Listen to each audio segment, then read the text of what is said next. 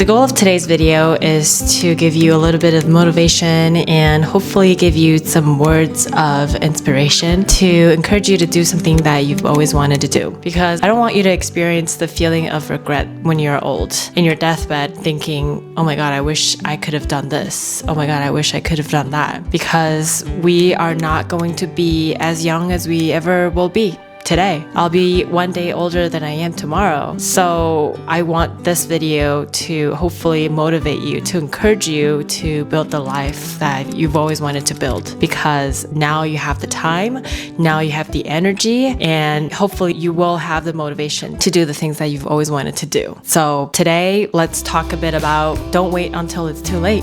It's all about avoiding the feeling of regret when you're old. Most people feel like they have more time in the future. Most people feel like they have unlimited time, but in reality we don't. We only have a little bit more than 30,000 days to live on this planet, so we really have limited time. And as time keep pushing, we're gonna have less time because now that we're older, we have more responsibilities and we have less energy. So act today and not tomorrow. This matters to me because even though I'm still young, I've went through a couple of different phases of life where initially it was like, oh, I have a limited time to do whatever I want in the future, but now I really do feel like time is the most valuable asset we all have. And I think the sooner you realize that. So I'm going to break this video down into 5 sections, different perspectives of time, and hopefully these words of motivation can give you enough energy to tackle the goals that you have in your life. So let's dive right in. First, I wanted to talk about that time moves faster than you think. People underestimate how quickly life changes. One thing that shook me is we're all on Instagram, right? And Instagram has this feature where it shows you what you've posted on this day a couple years back. And I got sent a few stories from my friend of a story that we've posted together in the past. And I just couldn't believe how many years that have passed. It all felt like a blink of an eye. When we posted that story, it was for a dinner that we went out together. And I still remember vividly the conversations we've had at that dinner. And it's just crazy to me that it's already like 3 years ago. I want you to look back quickly, like for 5 seconds, maybe 5 years ago or like 3 years ago. It felt like yesterday, right? It felt like things have not changed, but like time flew by. A couple years have passed. Many days and nights have passed. And I just want you to take a moment to reflect on time, because as I'm filming this video too, time is passing by. And sometimes a quick later turns into never. To show a personal example, I recently moved, right? I moved this year and I have a front yard that I wanted to plant some plants in. And I've always wanted to plant some lavender. So I went to Home Depot and got a lavender and I planted into my front yard. I have enough space in my front yard where I could plant more lavenders, but I wanted to start with just one because I want to ensure that it lives. And the promise I have for myself is if the lavender lives, I'm going to go out and buy 2 more lavenders to plant in my front yard so they can all grow together. You know, the size can be consistent. But the later for me turned into never. At least till now, I still haven't gone out to purchase the lavenders. Why? I don't know. To be honest, I do not know. You know, like whenever I look at my front yard, I see that one lavender and I think to myself, okay, I want to one day take the time to go out and get the rest of the 2 lavenders, but I've never did it. I think even though growing the lavenders are not as important, you know, it's not a priority in my life, I still feel kind of guilty and bad that I haven't gone out to do that. It's been something that I've always wanted to do. And I guess like the life lesson, and now that the lavender is like already grown, it's pretty big now. I can still get those, but it's going to grow into different size. It's not going to be the same size as the one I have in my front yard. And the life lesson I get from this example is if you have something that you wanted to do on your mind, especially if it's something that you wanted to do for yourself, maybe some new skill that you wanted to learn, maybe a purchase that you always wanted to make for yourself, a book that you've always wanted to read. I encourage you to get those tasks done even before your brain convinces you out of it. Because once your brain convinces you that you'll do it later, a lot of the times it turns into never. And take my lavender example, I don't want you to miss that opportunity. So time moves fast and act before your brain talks you out of it. Now let's talk a little bit about what too late actually looks like. A lot of the times we use our age as an excuse to rationalize our regrets or our avoidance. A lot of the times I hear people say, and I am a victim of this too, I've said this before in the past, where I'm too late to learn a new skill, I'm too old to do something new, I'm too old to take a change in life, I'm too old to do this, I'm too old to do that, I have too much responsibilities, this and that. In reality, it's not an age problem, right? It's an avoidance problem. And I'm using my age to make this as a perfect excuse for me to not do something that I've always wanted to do. And it makes me feel that act is trying to make myself feel better. But in reality, it doesn't make me feel any better. And a lot of the times, inactivity turns into regret later in life. For example, I started this channel in 2020 and I was pretty consistent with posting every single week. But then at one point, I took a pause on my channel, and that pause led to a gap of 2 years of inactivity. And now that I'm trying to restart this channel, it has become a little bit challenging because I feel like the algorithm is like, what are you doing with your channel? How come you're inactive? I don't know who else to push. I don't know what audience I should push your videos to. So right now, my channel, I feel like it's struggling a little bit in terms of metrics. But the point of me telling you that example is because I regret pausing my channel for a period of time. Even though I'm now back at it, picking my pace up, and I'm not gonna give up, right? I'm gonna be consistent with posting.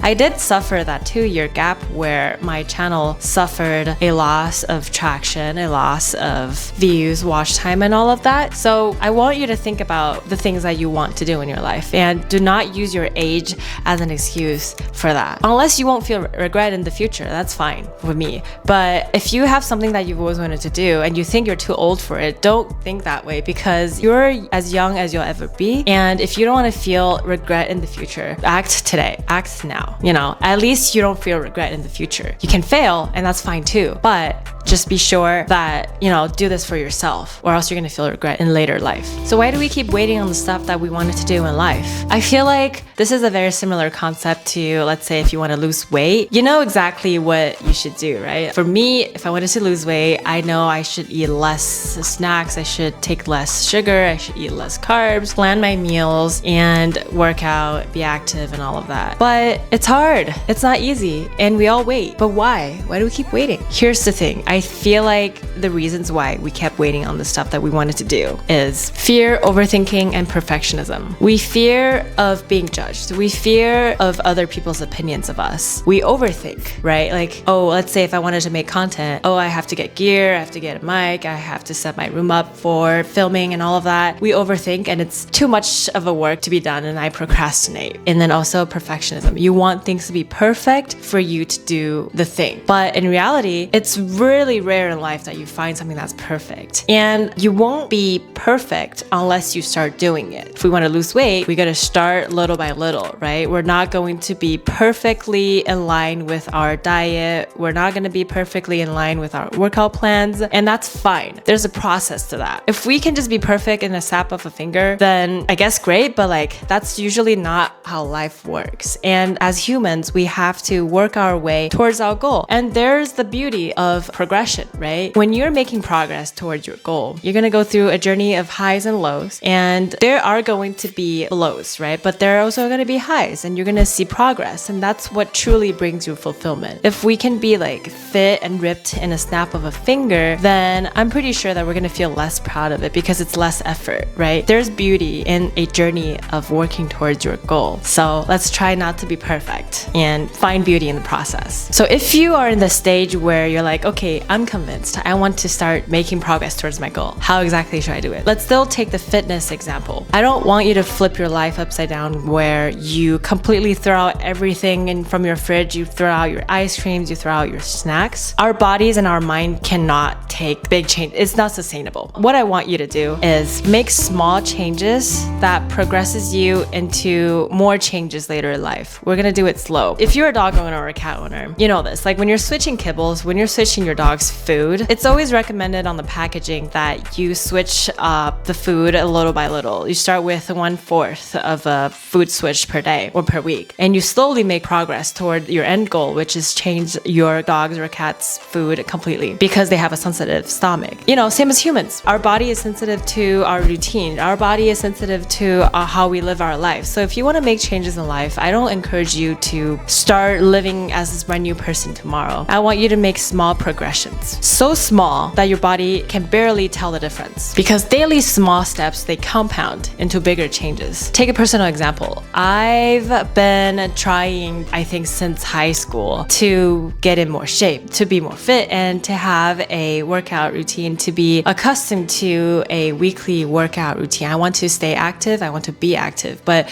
before my life in high school, I'm pretty inactive. I don't like working out. I do not like running. I do not like going to the gym. I think it's boring. Back then, I thought that. I wanted to change that. But instead of me flipping my life over, which I've done it before, I don't recommend it. It's not sustainable. It led me to worse outcomes. But what I want to say is I started to make small progressions in life. I started to be more mindful of what I eat. I still eat the food I love to eat, but I started to pay a little bit more attention to the portions, to what's actually in the food. And then I would start doing fun sports that I personally enjoy doing, maybe some tennis, maybe some badminton. And then I slowly progressed myself into going to the gym. What my life looks like right now is I would wake up early and I would go to the gym before I go to work. And it seems like a pretty easy thing for me now because I'm pretty much like used to that routine now. But it took me years to get to this point. If you were to tell me before I even started all of this fitness journey to wake up early, go to the gym before I go to work, I would probably feel horrible because that's not what I'm used to. That's not what my body is used to. So taking small little actions every day and at least give yourself a year or at least give yourself a couple of months to make major changes, because I feel like that's the only sustainable way for us to make big changes in life. It has worked for me too, so I encourage that for you. Another question that you may ask is, okay, I have all these things on my plate that I wanted to do. I want to start making music. I want to learn a new skill. I want to do maybe photography. Maybe I wanted to develop this new habit of mine, but I only have limited time. How should I pick what to do? If I have two opportunities laid out in front of me, how should I pick between the two? I want both of them, but it's not sustainable for me to do both. So how should I pick? What are the metrics that I should look at in order to pick something? What I use is a regret radar. Something that I've come up with myself is whenever you feel like you're split between two options, whenever you feel like you are split between a lot of things that you wanted to do, ask yourself, if I don't do this, if I don't pick this opportunity, if I don't go with this route of life, will I feel regret in the future? And if the answer is yes, I highly recommend that you do it, because you've already told yourself that you're going to regret it in the future. So just do it. One example, I want you to pay attention to the excitement that you feel when you're facing all the opportunities. I want you to pay attention to the discomfort that you are currently in your situation and how picking that opportunity is going to make you feel. Is it going to propel you outside of the discomfort? Is it going to make you feel even more discomfort? But if that discomfort equates to growth, I highly recommend you do that. One personal example that I have was back when I was in high school, I've always wanted to study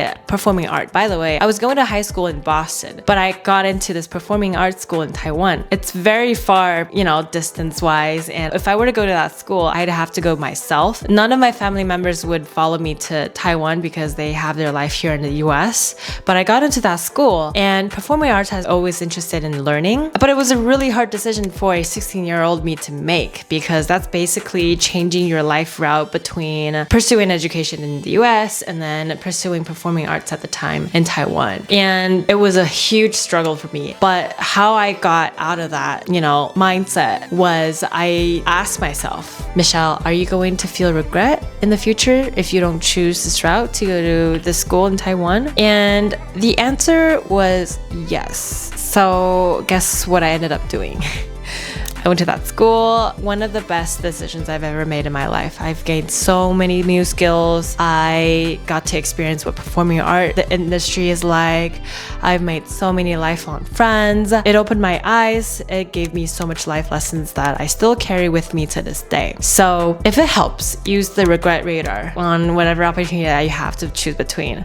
If it makes you feel like you're going to regret it in the future, I highly recommend you do it. If you think that both options are super appealing and going with one of them is going to make you feel regret for the other one, I would then highly recommend you list out the pros and cons for each option and go with the one that has a little bit more pros than cons. Sometimes you just have to pick in life, and hopefully that choice works out for you. I wanted to ask you, what are some goals in life that you wanted to achieve? What are some new habits that you're looking to build? Are you trying to learn a new instrument? Are you trying to take this class that you've always wanted to take?